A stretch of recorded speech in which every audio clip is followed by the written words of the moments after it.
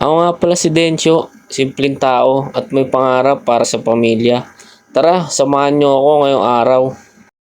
Nga pala mga kuys, gusto ko nga lang pala i-share yung pregnancy journey ng aking asawa.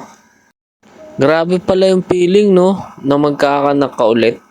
At syempre, hindi natin may iwasan makaramdam ng takot at kaba para sa mag-ina ko. And at the same time, nakaka-excite dahil makikita ko na yung pangalawang anak ko.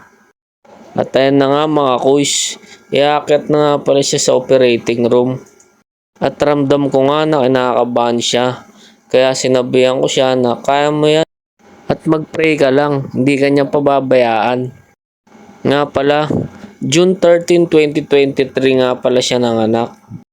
At naka-schedule siya exact 2 p.m. for her cesarean section.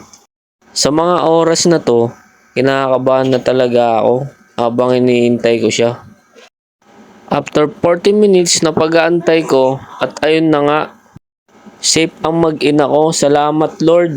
Ang pogi-pogi ng anak ko. Kaya saludo ko sa mga ina na kinaya nila ang panganganak, mapasisaryan man or normal delivery. Saludo ko sa inyo, thumbs up. Alright, thank you sa panonood.